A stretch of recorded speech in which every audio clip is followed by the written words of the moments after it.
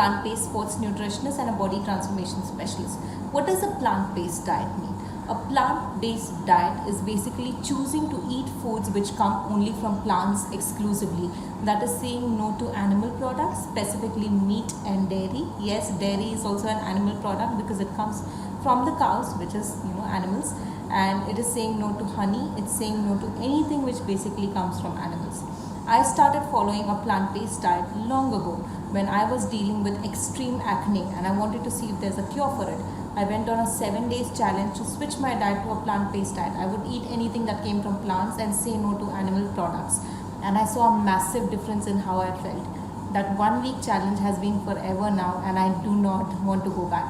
In fact, I suggest my clients only follow a plant-based diet. Now this is very important to understand from multiple perspectives. But if you look at any metabolic diseases, PCOS, thyroid, diabetes, all of them are inflammatory. So they cause inflammation in the body. A plant-based diet is naturally anti-inflammatory. You're getting your vitamins, minerals, nutrients from fruits and vegetables and plants basically. Animals don't have micronutrients. You're not getting adequate amount of vitamins and minerals if you compare meat versus if you compare vegetables and fruits. So it's very important to go towards a diet which is very, very dense in micronutrient content. Besides this, components of an animal-based diet, specifically casein. Casein is a protein which is found in milk, in a glass of milk, is extremely carcinogenic. We have more than enough studies now to show how milk is very, very carcinogenic or cancer causing, and in fact even being linked to type 1 diabetes, type 2 diabetes, hypertension, PCOS and even thyroid. So if you're trying to reverse a disease or if you're trying to lose weight or simply want to reach a different level of fitness, you want to switch towards a plant-based diet. Well, what about the consumption of ghee then and buttermilk and curds? Isn't this important? Not really. If you look at the components of ghee, it's very, very high in cholesterol. It does not have a lot of micronutrients which are important to fix the body. You can get a lot of healthy micronutrient rich food and healthy fats from nuts and seeds versus ghee. Ghee is also very high in something called AGEs, which is advanced glycation end products. Advanced glycation end products are molecules which cause oxidation and inflammation in the body. So they are not healthy for you, they are not good for you.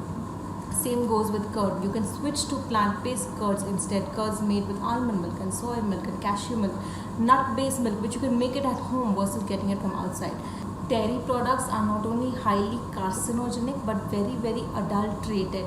Dairy products could be mixed with urea, with paint, and dairy farmers often do this before selling the products to increase the bulk, the volume of the milk and make more profits. But even if they're not toxic or not adulterated, if you know your source of dairy, it's still very high in growth hormones. The only time a cow gives milk is after it produces a calf, after it makes a calf. And the year after it makes a calf, there's a hormonal havoc in the cow's body itself. It has a lot of sex hormones and growth hormones, which is necessary for a calf, for a small calf to become into a big cow. But when you're consuming that milk which is coming from the cow, which is high in sex hormones and growth hormones, it's really giving growth to tumors in the body and things which you don't want. It's highly carcinogenic. Also linked with PCOS and PCOS-like symptoms. So you want to stay away from dairy products as much as possible.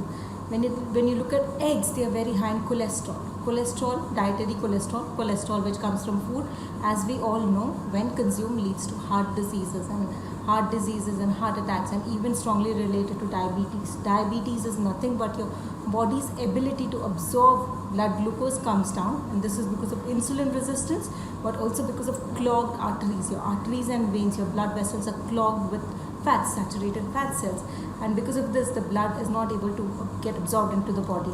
And that's why if you want to start reducing cholesterol, we've seen this with multiple clients of mine. Within just weeks of switching to a plant-based diet, you see an improvement in blood glucose level. The fasting blood glucose improves. You see an improvement in terms of body fat percentage drops, hypertension comes down.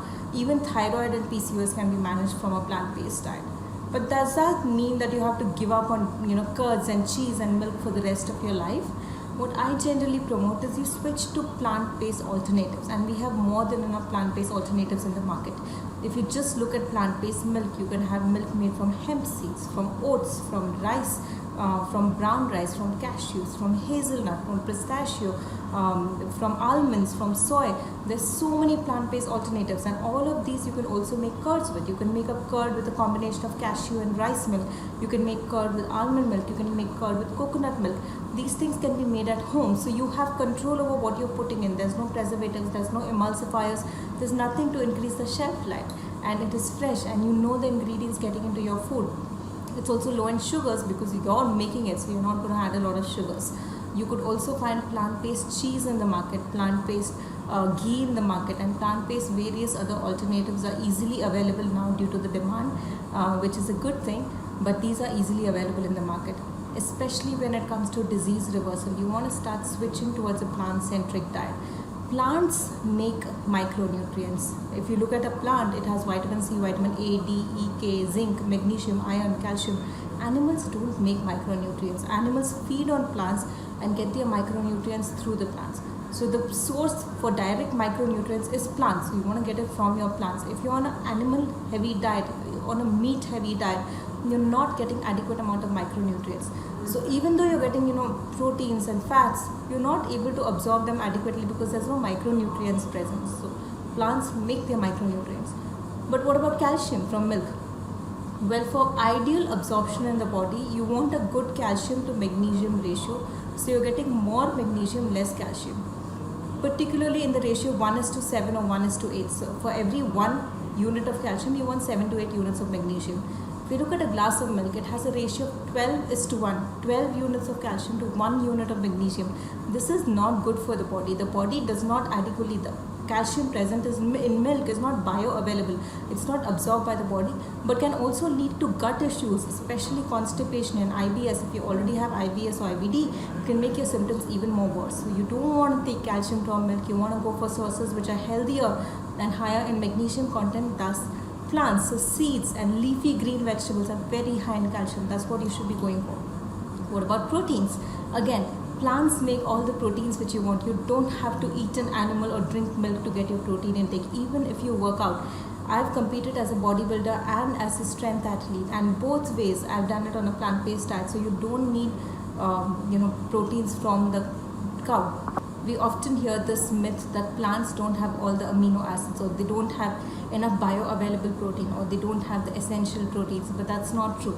If you look at the research, plants have all the amino acids, and you don't even have to worry about food combination. All plants have all amino acids. It's just some plants have more amino acids and some plants have less, but you can get more than enough from a plant-based diet. Even if you're competing or you're looking to build muscle mass, you can do so on a plant-based or vegan diet, and it's very much possible. I hope this got you thinking and you start making the switch towards a plant-based diet.